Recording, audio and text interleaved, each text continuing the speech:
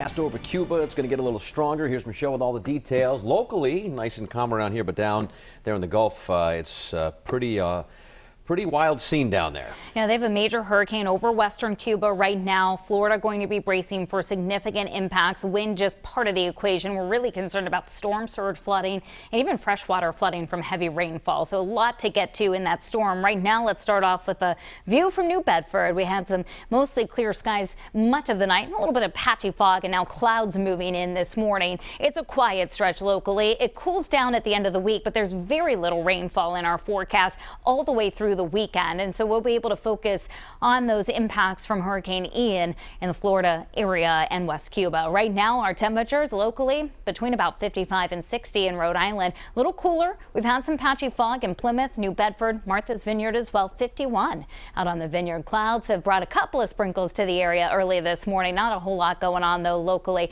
Do want to show you the wider view as we've got this big upper level trough over the Great Lakes and eventually northeast, and that's an important part of the equation for where Ian will eventually head. That trough will help to draw the storm from a northerly direction that it's moving in right now to more of a northeast direction towards the west coast of Florida. So right now it's moving north at 12 miles per hour, 125 mile per hour sustained winds. That has it up now to a major hurricane, a Category 3 storm. As it moves into the Gulf of Mexico, warm water and light upper level wind should allow it to strengthen further. It may weaken some as it approaches the west coast of Florida, but the latest forecast has this as a major hurricane as it moves near the Tampa area by Wednesday night and Thursday morning. So from there Thursday, it is expected to be onshore. Now the forecast cone of uncertainty still stretches from the Big Bend of Florida down to around the Fort Myers region. In fact, the latest data is a little bit further south and east with the storm track, and so it's been adjusted some.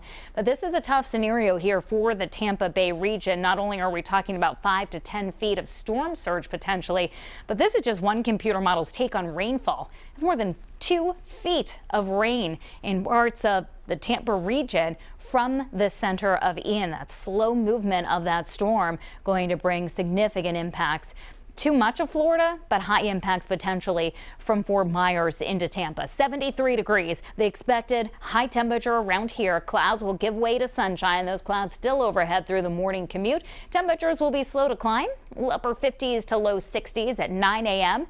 and then into the lower 70s 1 in the afternoon. Notice how we finish out the day with sunshine. 4 o'clock should be beautiful around here, breezy and dry. Cooling to the lower 60s by 8 o'clock in the evening, and then from there low 50s for tonight. On our own local waters, we're talking a southwest wind increasing to 10 to 20 knots. High tide at 9:22 this morning.